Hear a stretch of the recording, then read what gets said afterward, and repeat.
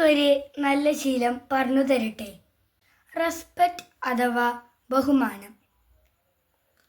എന്താ ബഹുമാനം? ബഹുമാനം എന്നത് വലിയ കാര്യമല്ല.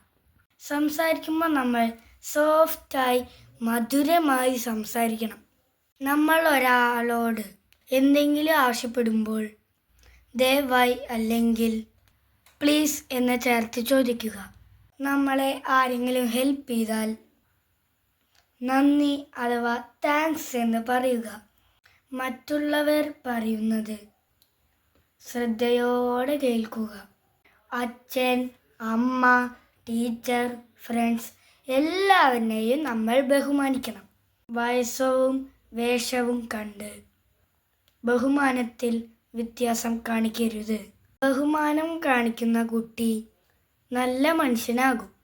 ഇനി മുതൽ എല്ലാവരെയും നമ്മൾ റെസ്പെക്റ്റ് ചെയ്യില്ലേ?